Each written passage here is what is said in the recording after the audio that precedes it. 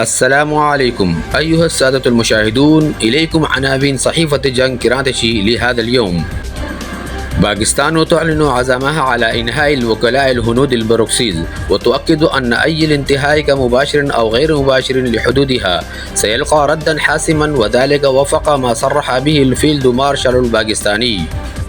البيت الأبيض يكثف جهوده للحفاظ على اتفاق السلام في غزة، فيما تزداد المخاوف من سياسيات نتنياهو التي قد تهدد مسار الهدنة.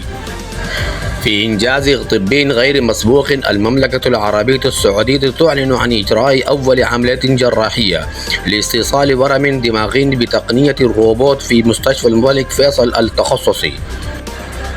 الرئيس الأمريكي السابق دونالد ترامب يؤكد أنه أبلغ رئيس الوزراء الهندي مودي بأن الحرب مع باكستان ليست خيارا مطروحا. كانت هذه أبرز العناوين من صحيفة جنگ كرانتشي لهذا اليوم.